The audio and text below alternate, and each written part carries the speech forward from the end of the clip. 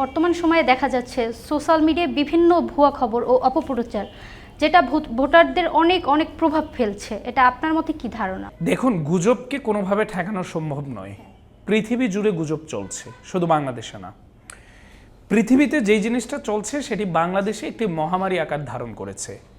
সেটি হলো রাজনৈতিক দলের মধ্যে যেই সৌন্দর্যপূর্ণ আচরণ, সেই সৌন্দর্যপূর্ণ আচরণ আমরা হারাচ্ছি। তাই গুজবের পরিমাণ বাড়ছে, গুজব তাই জায়গা করে নিচ্ছে। আরেকটি ব্যাপার আছে, সেটি হলো আমাদের মিডিয়াদের একটি অপরিপক্ক প্রতিযোগিতা আছে।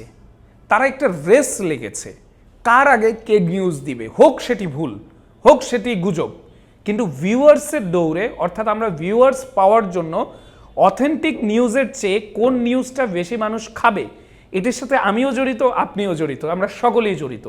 কোন নিউজটি মানুষ বেশি খাবে, কোন নিউজটি ভাইরাল হবে, সেই বিষয় কিন্তু আমরা দৌড়াচ্ছি। এবং এই যে অসম দৌড়, এই যে নিউজের চেয়েও বেশি ভাইরাল হওয়ার প্রবণতা, এই প্রবণতা থেকেই তৈরি হয় অপপ্রচার এবং নির্দিষ্ট কিছু গোষ্ঠী গুজব তৈরি করার জন্য আলাদা কারখানাই তৈরি করে রেখেছে। আইটি সেক্টর বলতেই এখন গুজব তৈরির সেক্টর হিসেবে অনেকের কাছে পরিচিত। আপনি খেয়াল করে দেখেন, কিছু মানুষের কাছে ফেক অ্যাকাউন্ট, একটা মানুষ তিনি চালান 20-25টা ফেক অ্যাকাউন্ট।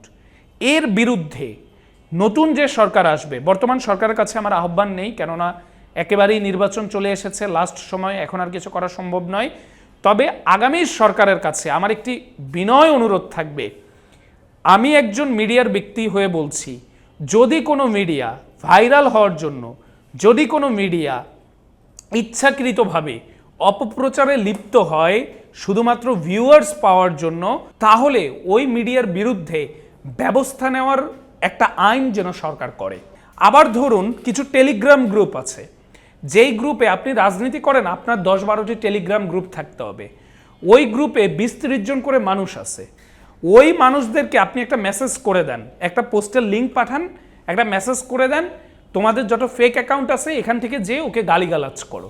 অতএব এই যে গুজব, ওইটা গ্রুপ ভিত্তিক গুজব ছড়ানো হয়।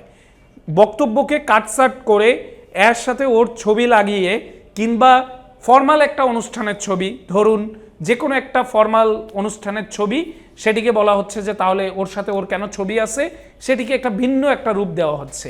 একসাথে 4-5 হাজার অ্যাকাউন্ট থেকে পোস্ট করা হচ্ছে। এই জিনিসগুলোকে ঠেকানোর জন্য সরকারের খুব কঠিন ভূমিকা নিতে হবে, নির্বাচিত সরকারকে। আমি আপনাকে আরেকটা জিনিস বলে নিতে চাই, এই কথাটি যখন প্রচার হবে অনেকে বলবে যে উনি ব্যক্তি স্বাধীনতাকে হরণ করছে। আমি আপনাকে আপনার মাধ্যমে বলে নিতে চাই, স্বাধীনতা আর সন্ত্রাস এক জিনিস না।